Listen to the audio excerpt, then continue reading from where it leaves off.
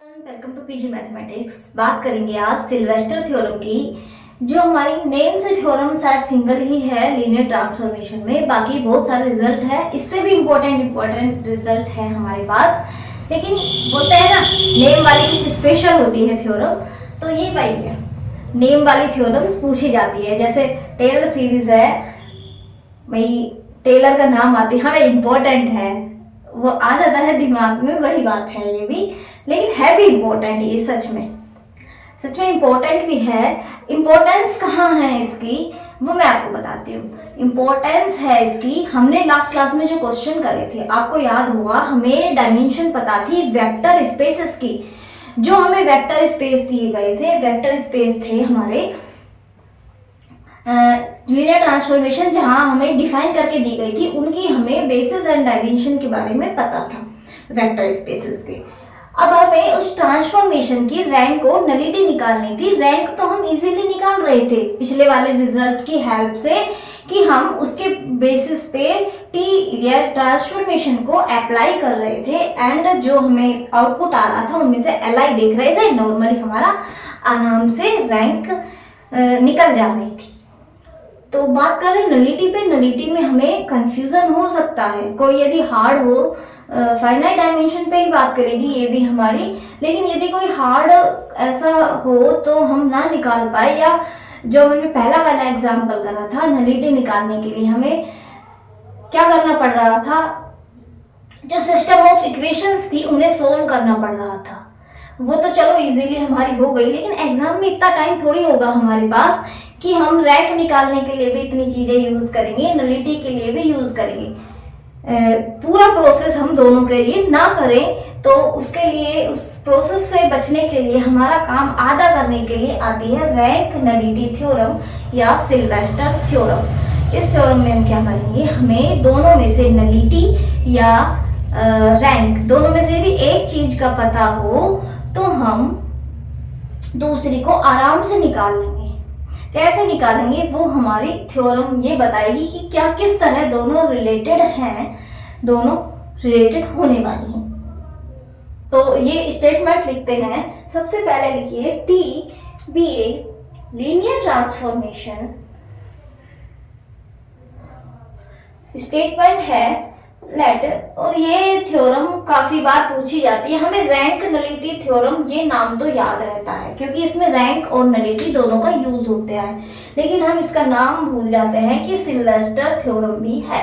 तो आपको ध्यान रखना है, इंटरव्यू में यही पूछा जाता है कि इसे किस और नाम से बोलते हैं। तो let T be a linear transformation एक मैपिंग है, मैपिंग TBA मैपिंग किस तरह, such that U over F2 V over F be a linear transformation, be a linear transformation. Then and U over F is finite dimensional vector space। U over F है वो finite dimensional vector space है। इसका मतलब dimension, हमें इस V की dimension से फर्क नहीं पड़ता, फर्क पड़ता है U की डायमेंशन से। जो U की डायमेंशन होगी वो फाइनाइट होनी चाहिए। तो ये हो गया हमारा फाइनाइट डायमेंशनल वेक्टर स्पेस है यदि U, तो then dimension of U of F बराबर dimension of range space plus dimension of null space. यानी कि किसी लीनियर ट्रांसफॉर्मेशन के लिए यदि U over F finite dimensional है, तो इसकी जो हमारी डायमेंशन होगी वो रैंक प्लस नलिटी के बराबर होगी, या रेंज स्पेस की डायमेंशन प्लस नल स्पेस की डायमेंशन के बराबर होगी। इसे हम लिख सकते हैं dimension of U over F बराबर rank of T plus nullity of T। अब आप समझ गए होंगे कि यदि मैंने रैंक निकाली तो मैं नलिटी को आराम से कैसे बता सकते हैं हम, क्योंकि U की तो हमें पता ही होगा फाइनाइट होगी तब। इंपॉर्टेंट वर्ड है कि यू फाइनाइट होना चाहिए। इनफाइनाइट में से यदि इनफाइनाइट होगी तो इनफाइनाइट में से इसकी रैंक क्या घटाओगे? ठीक है ना, तो आप समझदार हो, इतने समझ जाओगे कि ये फाइनाइट डायमेंशनल के लिए ही बात करती है और ये हमारी होती है ये थ्योरम, रैंक नलिटी थ्योरम। इसके प्रूफ पे बात कर लेते हैं। इंपॉर्टेंट थ्योरम है इसलिए इसके प्रूफ पे भी बात कर रहे हैं। बाकी प्रूफ तो प्रूफ है, करते हैं। प्रूफ के लिए हम क्या करते हैं देखो, अब आपको इतना याद हो गया होगा, यू तो फाइनाइट डायमेंशनल वेक्टर स्पेस है, तो हम यू की डायमेंशन को एज्यूम करते हैं। क्या करते हैं? यू की डायमेंशन को, इसके प्रूफ के लिए हम क्या करते हैं, let dimension of U over F बराबर एन एंड देखो इसका मैक्सिमम यूज तो हमारा ऐसे ही होगा कि हमें रैंक होगी वो निकल जाएगी और नलिटी निकालने के लिए इसका हम यूज करेंगे ज्यादातर। लेकिन प्रूफ में थोड़ा अलग करते हैं। हमें डायमेंशन यू एफ की पता है, लेकिन डायमेंशन इसके साथ ही हम मान लेंगे नल स्पेस की, या नलिटी कितनी है, या नल स्पेस की जो डायमेंशन है वो m है। ठीक है, जाहिर सी बात है n होगा वो बड़ा होगा या बराबर होगा m के। ठीक है, तो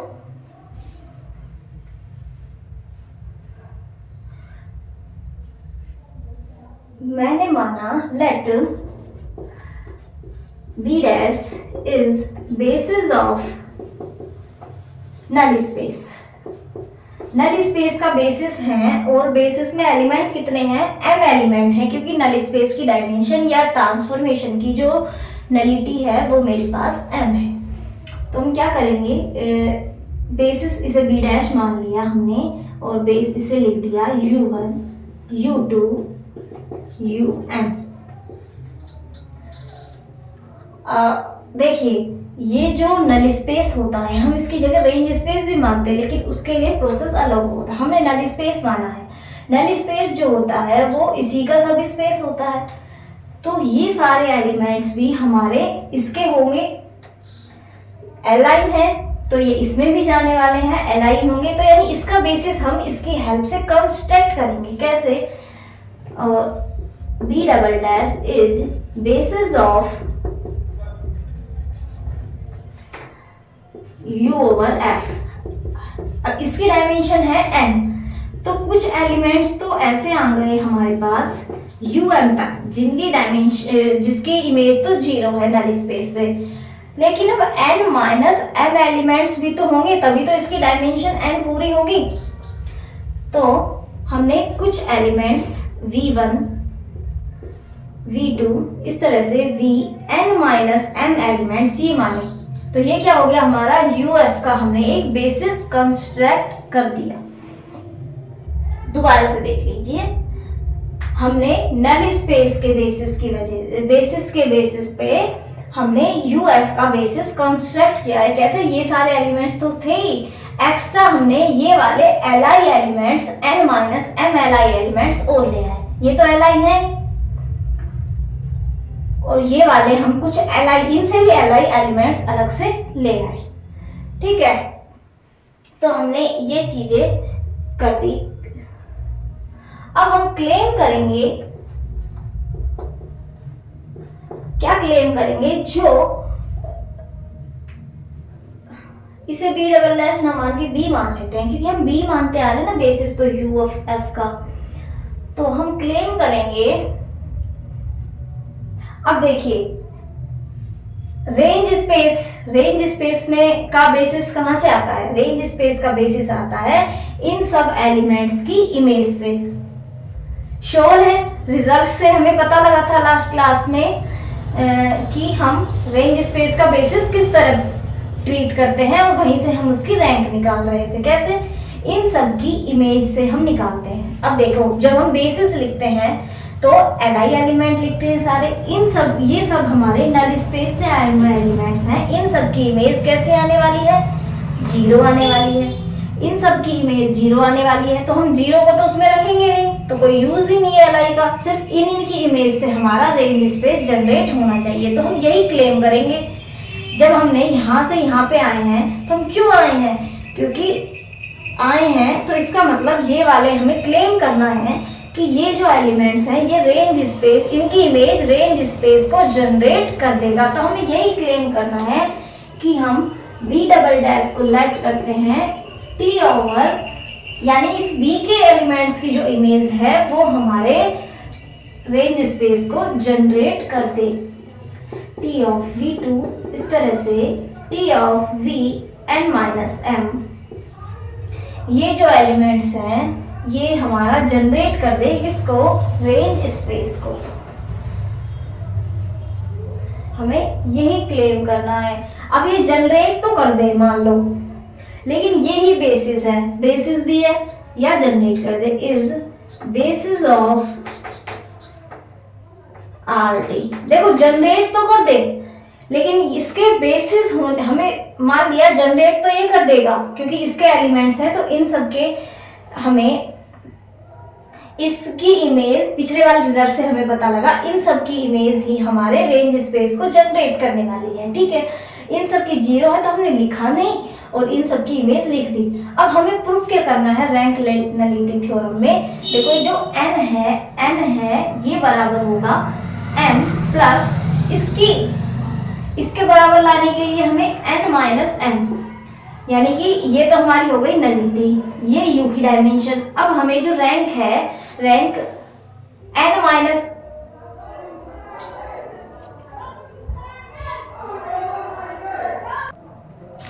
हमें हमारे सिल्वेस्टर थ्योरम में प्रूफ ही क्या करना है कि रैंक प्लस नलिटी n के बराबर होनी चाहिए, यानी डायमेंशन है जो हमारी हम मान के चले हैं। तो इसका मतलब अब मुझे प्रूफ करना है कि रैंक है वो n माइनस m के बराबर हो, यही तो प्रूफ करना है। इसका मतलब ये बेसिस होने का मतलब है ये सारे एलिमेंट्स Li हैं, तभी तो n माइनस m इसकी रैंक होगी।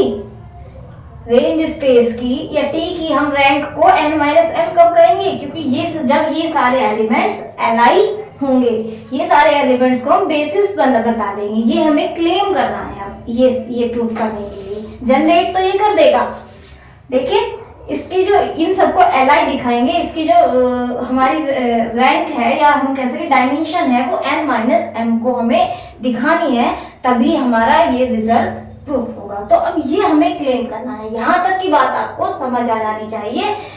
कंफ्यूजन ही यहाँ तक था कि हमने सबसे पहले डायमेंशन मानी u ओवर f की n, नलिटी की नल स्पेस की मानी m, नलिटी हमने मानी m, हमने नल स्पेस का बेसिस लिया, उसी में n minus m element add किए, यानी n एलिमेंट्स का एक बेसिस बनाया इसी की हेल्प से।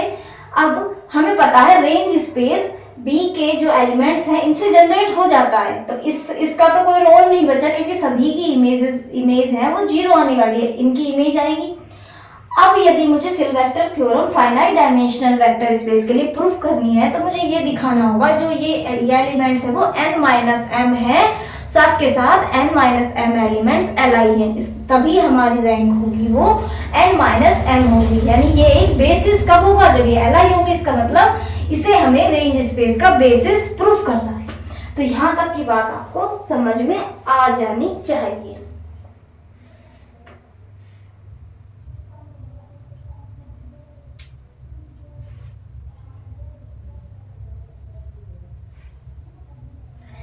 तो अब इसका मतलब हमें इस सेट को Li प्रूफ करना है, यानी कि हमें प्रूफ करना है B डबल डैश जो सेट है B double dash set is Li, ये हमें प्रूफ करना है। तो Li प्रूफ करने के लिए हम जनरल मेथड लेके आते हैं जो Li और Ld में पढ़ा था, इनका लीनियर कॉम्बिनेशन 0 के बराबर लेके चलते हैं, और हम जो लीनियर कॉम्बिनेशन में कांस्टेंट यूज कर रहे थे उन्हें हम सभी को इंडिविजुअल सारे के सारे 0 बना देते हैं, तो ये Li हो जाएंगे। तो हम लेके चले A1 T of V1 plus A2 T of V2 plus A3 T of V3 plus dot dot dot A n minus m T V n minus m। बराबर 0। अब यदि मैं ये सारे constant a1 a2 a3 an minus m को 0 दिखा दूं तो मैं शो कर पाऊंगी ये सेट हमारा Li सेट है। तो इसे करने के लिए हम क्या करेंगे, अब हम ट्रांसफॉर्मेशन का यूज करेंगे। इसे हम ट्रांसफॉर्मेशन में इस तरह लिख सकते हैं, a1 v1 plus a2 v2 plus a3 v3 plus an minus m vn minus m बराबर 0। यहाँ से यहाँ जा सकते हैं तो यहाँ से यहाँ भी आ सकते हैं ट्रांसफॉर्मेशन में। जब ये 0 आ रही है इसका मतलब ये जो एलिमेंट्स है वो हमारा नल स्पेस का एलिमेंट्स है। भाई ये एक एलिमेंट है जिसकी इमेज अकॉर्डिंग टी 0 आ रही है, इसका मतलब ये कैसा एलिमेंट है, हमारा नल स्पेस का एलिमेंट है। इसका मतलब a1 v1 plus a2 v2 plus dot dot dot an minus m vn minus m belongs to null space of T. और नल स्पेस का एलिमेंट है तो इसका मतलब नल स्पेस के जो वेक्टर्स हैं ये जो हमारे वेक्टर्स हैं यानी बेसिस के जो बेसिस जो एलिमेंट है ये एलिमेंट इनसे जनरेट हो जाना चाहिए। तो इसके लिए हम क्या करेंगे,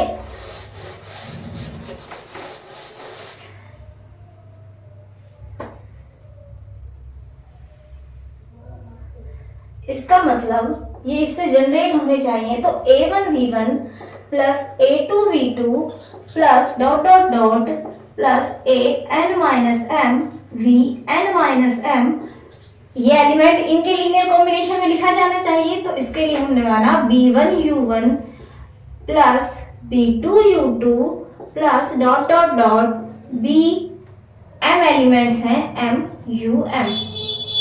ठीक है, हम इसे इधर की तरफ ले गए, या इसे इधर ले जाओ या इधर ले आओ, एक ही बात है। b1 u1 plus b2 u2 plus dot dot dot bm um minus a1, या इसे हम प्लस करके इस तरह लिख सकते हैं, minus a1 v1 plus minus a2 v2 plus plus dot dot dot dot minus n minus m vn minus m बराबर 0। हमने लेफ्ट हैंड साइड के जो एलिमेंट्स है इसे राइट हैंड साइड पे रख दिया। तो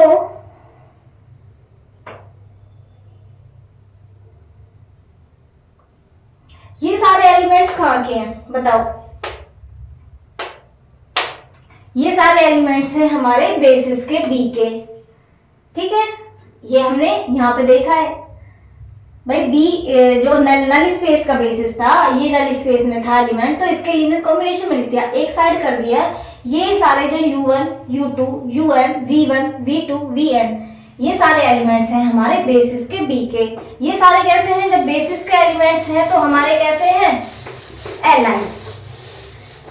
ये तो हम जानते हैं, मान के चले हैं जो बी का बेसिस है वो ये तो सारे बी के बेसिस के एलिमेंट्स हैं, और ये सब बी के बेसिस के एलिमेंट्स है।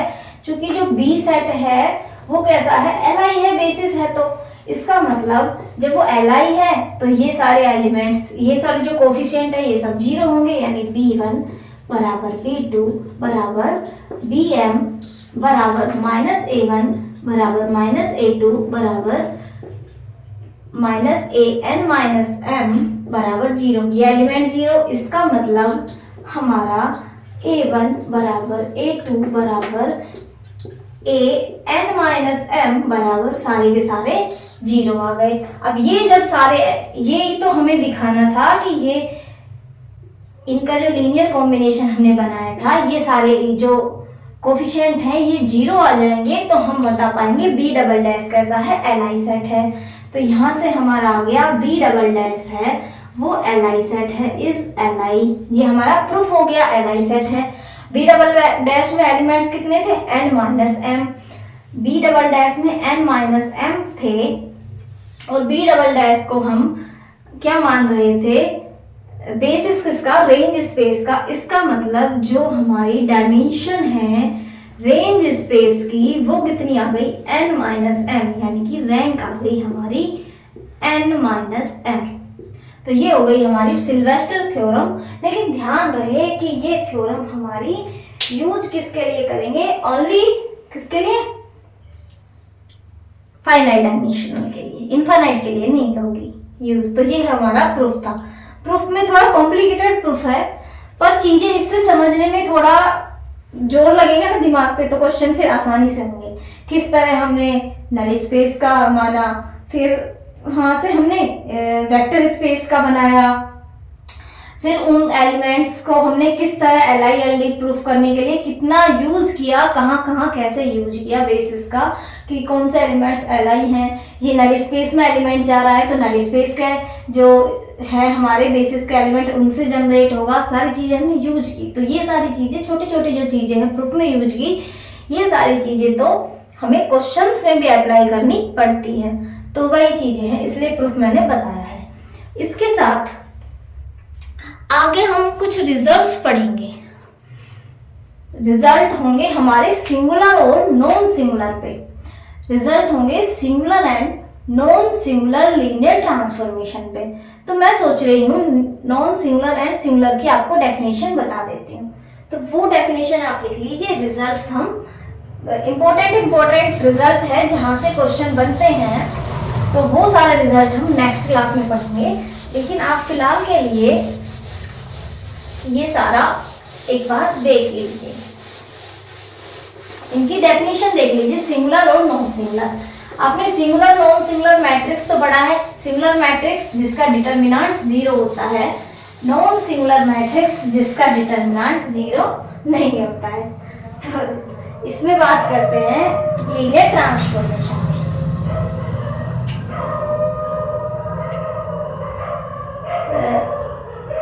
डालिए सिंगुलर एंड नॉन सिंगुलर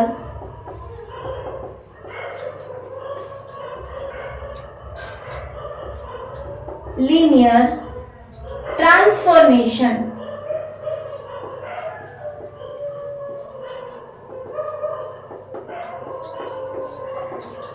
देखिए नॉन सिंगुलर ट्रांसफॉर्मेशन की बात करते हैं। Let T be a U over F से U over F2 V over F be a linear transformation. इसके लिए हमारी फाइनाइट की कोई कंडीशन नहीं है, एक लीनियर ट्रांसफॉर्मेशन है। तो T हमारी नॉन सिंगुलर कहलाएगी if T is said to be T is said to be non singular linear transformation if non singular linear transformation if null space contains only 0 element। Null space है वो केवल 0 element को ही contain करे तो हमारा linear transformation non singular कहलाता है। इसका मतलब यदि हम कहें T ऑफ U की वैल्यू 0 आ रही है, यानी U नल स्पेस में जा रहा है, if and only if U बराबर 0, U ही 0 होगा, 0 एलिमेंट होगा।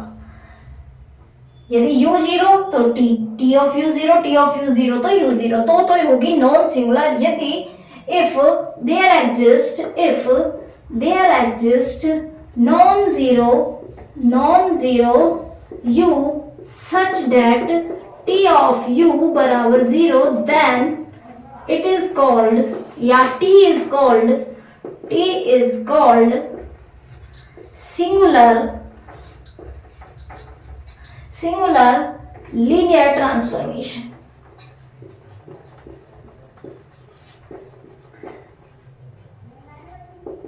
यानी कि यदि नल स्पेस में 0 एलिमेंट है तो वो नॉन सिंगुलर, 0 के अलावा और भी एलिमेंट आ गया तो वो हमारी ट्रांसफॉर्मेशन कहलाएगी हमारी नॉन सॉरी सिंगुलर ट्रांसफॉर्मेशन। तो ये थी हमारी सिंगुलर और नॉन सिंगुलर ट्रांसफॉर्मेशन की बातें। तो नेक्स्ट लेक्चर में हम करेंगे आगे बात और इनके रिजल्ट्स पे। रिजल्ट बड़े इंपॉर्टेंट हैं, स्टेटमेंट वाइज भी और वैसे भी क्वेश्चंस में बड़ी हेल्प करते हैं। वहां से क्वेश्चन हमेशा आता ही आता है। उन रिजल्ट्स पे बेस एग्जाम्पल वगैरह या स्टेटमेंट वगैरह से उनसे यूज होके कुछ ना कुछ आता ही आता है हमेशा नेट के एग्जाम में। तो इम्पोर्टेंट रिजल्ट है। नेक्स्ट क्लास आप देखना ना भूलना, और वो जो क्लास होगी वह बहुत इम्पोर्टेंट होगी। आगे हो सकता है 1 या 2 क्लासेस जिसमें मैं वो सारे रिजल्ट्स कराऊं। फिर उसके आगे कुछ एग्जाम्पल्स और अदर डेफिनेशंस वगैरह हम पढ़ने वाले हैं। तो आज के लिए इतना ही। इम्पोर्टेंट थ्योरम पढ़ी हमने, सिल्वेस्टर थ्योरम। इसके साथ ही सिंगुलर नॉन सिंगुलर के बारे में भी हमने जान लिया। तो मिलते हैं नेक्स्ट लेक्चर में कुछ रिजल्ट्स के साथ। आज के लिए इतना ही। Okay, bye bye, thank you.